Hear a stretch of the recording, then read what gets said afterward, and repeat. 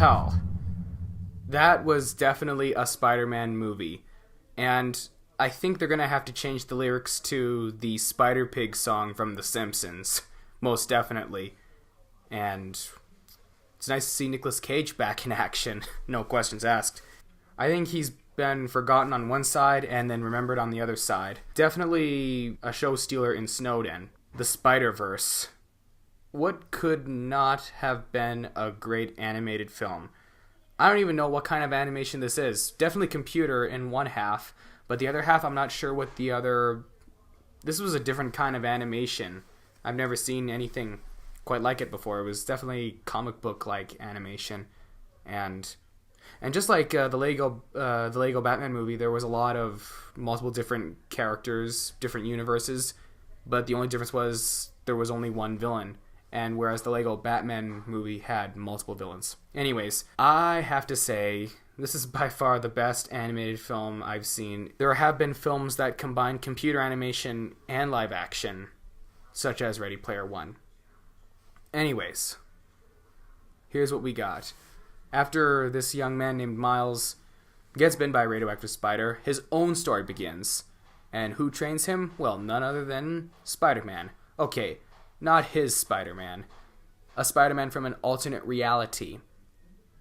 Somehow, there was like some sort of mix-up in the time portal, and multiple Spider-Mans came out. One of those Spider-Mans was played by Nicolas Cage, and the other one, a Spider-Woman, played by Haley Steinfeld. Once again, we have an amazing performance by none other than Moonlight star Mahershala Ali. Since Moonlight came out, his name has just been everywhere in film, and he is just a show stealer. I know he's been in a few lead roles. Most of the films that I've seen him in are supporting roles. Nicolas Cage plays the noir version of Spider-Man, and it was great hearing his voice, as well as him acting again. And it's a good turn for him to be in a superhero film, I think.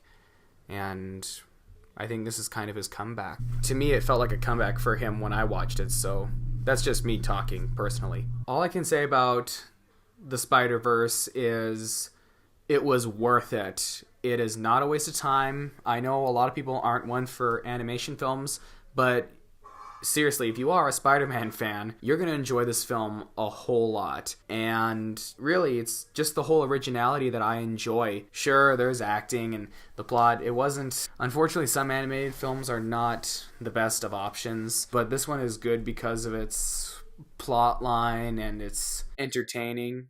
It was exciting.